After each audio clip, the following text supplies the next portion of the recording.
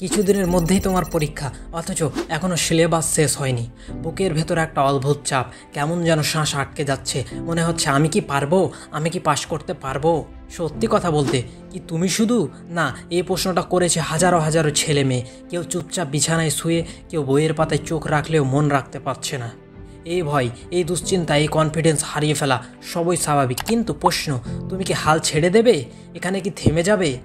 একবার চোখ বন্ধ করে ভাবো, তোমার বাবা মা তোমাকে কেমন আশা নিয়ে বড় করছেন। হয়তো তারা নিজেরা কিছুই না খেয়ে তোমার পড়ার খরচ চালিয়ে গেছেন।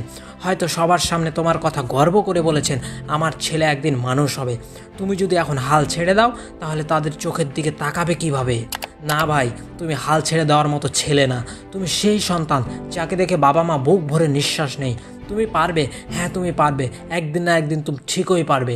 আজকের এই ভিডিওটা শুধু একটা ভিডিও না, এই ভিডিওটা একটা সুযোগ, নিজেকে বদলে দেওয়ার সুযোগ, নিজের ভেতর সেই ভয়, সেই হতাশাকে জয় করার সুযোগ।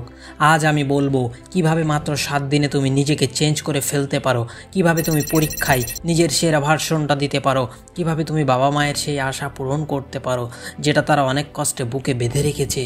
আজ আমি সেই 3টা টিপস তোমাদেরকে বলতে যাচ্ছি, যেটা শুধু টিপস না, এটা যুদ্ধের কৌশল। এই 3টা জিনিস যদি তুমি মেনে চলতে পারো, তাহলে কেউ তোমাকে টপার হতে আটকাতে পারবে না। তুমি শুধু ভিডিওটা শেষ পর্যন্ত শোনো আর নিজেকে বলো আমি পারবো। তো চলো আর দেরি না করে আজকের ভিডিও শুরু করা যাক। Let's begin. 1 নাম্বার টিপস যেটা করবে, একটা রিভিশন খাতা বানাও। তোমার যুদ্ধের এটাই হচ্ছে ম্যাপ। প্রথমে করো একটা কাজ, একটা খাতা নাও, নতুন না হলেও চলবে, কিন্তু ওই খাতাটা তোমার যুদ্ধের ম্যাপ হবে। প্রথম পাতায় লিখে নাও কত তারিখে তোমার কোন সাবজেক্টের পরীক্ষা, কোন কোন অধ্যায় তোমার ভালোভাবে পড়া হয়েছে আর কোনটা এখনও পড়া হয়নি। তারপর প্রত্যেক দিন একটা রিভিশন প্ল্যান তৈরি করো। আজ কোন অধ্যায় পড়বে, কাল কোনটা রিভিশন করবে, এটা যেন মাথার মধ্যে না থাকে, খাতায় থাকে। মাথা ভুল করতে পারে, কিন্তু খাতা কখনো ভুল করে না। 2 নাম্বার টিপস, পোমোডোরো টেকনিক। 25 মিনিটের ছোট একটা যুদ্ধ। অনেকেই ভাবে ঘন্টার পর ঘন্টা একটানা পড়তে পারলেই টপার হওয়া যায়, কিন্তু সেটা একটা ভুল ধারণা। মস্তিষ্কের ধৈর্য সীমা 25 থেকে 30 মিনিট।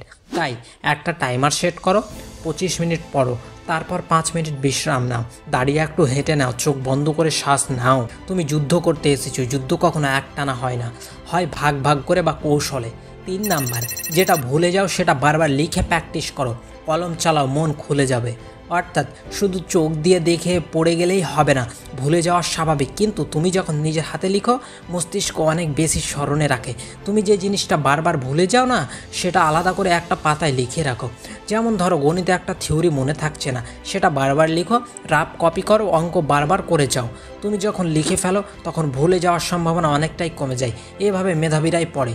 আজকের এই ভিডিওটা শুধু একটা ভিডিও না, এই ভিডিওটা একটা সুযোগ, নিজেকে বদলে দেওয়ার সুযোগ, নিজের ভেতর সেই ভয়, সেই হতাশাকে জয় করার সুযোগ।